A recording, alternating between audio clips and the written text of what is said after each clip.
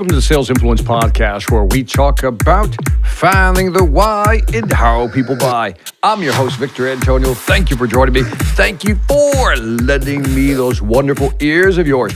Today, I want to talk about the goal setting. Goal setting. I'm going to give you a map for goal setting. I want to talk about goal setting because it's one of those things we just kind of take for granted. And sometimes when we do hear about goal settings or talk about goal setting, we're not very specific. So what I want to do is give you a realistic roadmap of how to set goals and really kind of how to get the right mindset for accomplishing that goal. I got a 6-step process. The first one begins with setting realistic goals. Now, this is important. A realistic goal is one that you consciously and unconsciously believe. Both of those are important. Consciously and unconsciously believe. See, it's easy to fool your consciousness with, like positive affirmations. I'm the best, I can do it, I'm the greatest, I can achieve anything. You can fool your conscious mind, but affirmations, which are only good for momentary motivation, they make you feel good in the moment, but the problem is that it's impossible to fool your subconscious mind, your unconscious mind. What do I mean by that? It's that quiet voice in your head. That even though it hears the affirmations, it basically doesn't coincide with the reality that your subconscious mind has. See, the solution is to begin with a goal that you believe is realistic, that's both acceptable to your consciousness and your unconscious mind, something that your unconscious mind buys into. In other words, be real. If you can do that, then these are the 4 steps to hitting your goal. Step number 1, I want you to think of something you want to accomplish. Again, be realistic. That's the context. Think of something you want to accomplish, something that you've been thinking about. You've been putting off because you've had no time, you didn't feel like you were ready, or whatever the excuse you have. Well, guess what? You're ready. Don't wait for the perfect moment. Decide that today is the day. So this is the big moment here. You got to make a decision. You got to just say, you know what? I'm going to decide to do something. And, I've always loved the saying, never aim for perfection, aim for success. There's never going to be a perfect time. There simply isn't going to be a perfect time. So why wait for a perfect time? So why don't you decide? That's what it begins with. It begins with a simple decision to do it. So make that decision. Think of a goal, then decide to do it. Number 2, finding your whys. That's a plural, whys. First of all, you got to be honest with yourself and ask yourself, is this really something I believe is possible and that I can do? It can be done. I mean, really think about this goal and then find reasons within you to get it done. Like, what are your whys for wanting it done? What are your big reasons why for getting it done? And think about it for a moment, because what drives your goals is understanding the reasons why. And too often we don't think about that. Why do you want to do it? And the more whys you can find for doing it, the stronger your commitment level will be.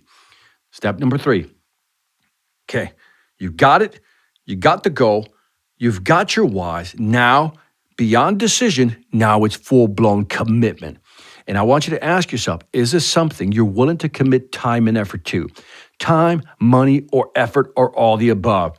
Take a moment to think about it again. How much time are you going to dedicate to your goal? How much effort are you willing to give? And if you have to invest money, are you willing to do that? And also think about it when you're going to stay focused on your goal, how do you want to do it? How much time am I going to commit? What days of the week will I work on my goal, especially if you have a day job? What am I willing to do to actually stay in the mental game of accomplishing my goal? And I want you to admit to yourself that you're going to face challenges. Then commit to pushing through those challenges, both physically and mentally. Listen to me, this is important. I want you to admit to yourself. I want you to say to yourself, self, we're going to face some challenges, mentally and physically. I don't know what they are yet, but they're going to be challenges. But again, if your goal has enough why behind it, that's why getting the whys behind it is important. If they have enough whys, you're going to be able to push through that mental or physical pain. Now, the last part here is you got to set some milestone. I remember that there's I guess it's a quote that says, "A dream without a timeline remains a dream." In other words, you got to give it a timeline. So I want you to determine a timeline for you to achieve your goal. It's time to make a commitment to finishing it. In other words, how long should it take? And I want you to kind of work it backwards, right? Let's say that you want to do this in 3 months. Then start working backwards. What do I have to complete on month 1? 2, to be able to hit it on month 3.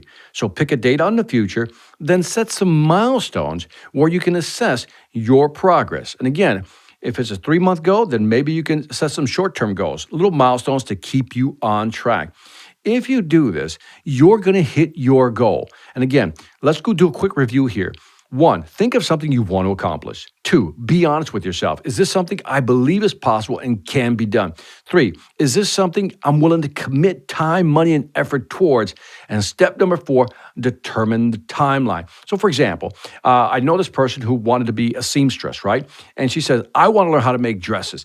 And I have the talent, and it's something I'm willing to commit to learning, and so forth and so on. And then she put down some dates. I want to be able to have my first dress made in 2 months. I thought it was aggressive, but she actually wound up doing it. So again, think about something you want to do, right? Why do you want to do it? Are you willing to commit to doing it? And are you willing to push through the pain of doing it? And will you set some timelines, some milestones to actually get this done? If you do that, you will see a difference. I have run my career based on this model. I always ask myself, do I want to really do this? Every time I think of something I want to do, I go, do I want to, for example, write a book? Yes. Okay, great. Am I committed to writing the book? Yes. Why do I want to write the book? I come up with 3 to 5 reasons of why I want to do it. Then I set the timeline. And then I set some milestones. I want to have it done in a year, which means by half year, I have to be here. After the first 3 months, I should be here. 6 months, 9 months, and boom, I hit my goal at 12 months. And again, just doing that makes me commit to actually doing it. And I find the time, I exercise the effort, and wherever I have to invest a little bit of money, I do so. But not everything requires an investment of money. In many cases, to hit your goal, it's going to be more about time and effort and your mental commitment to getting it done.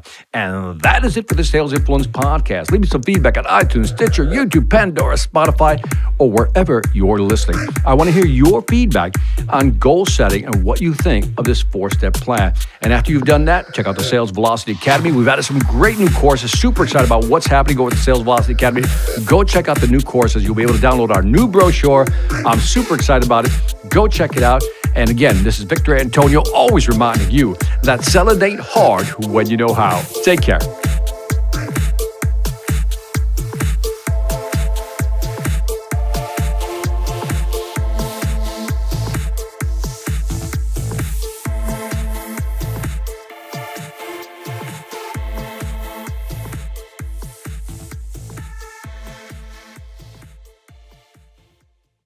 Hi, I'm Victor Antonio. I'm an author, sales trainer, and keynote speaker. I'm often asked, what makes a great speaker? Is it someone who delivers real content that the audience can use? Is it someone who engages the audience so they're part of the learning experience?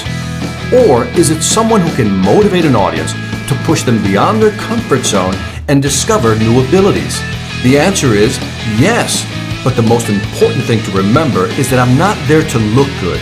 I'm there to make my client look good. Simply put, it's never about me, and it's always about them.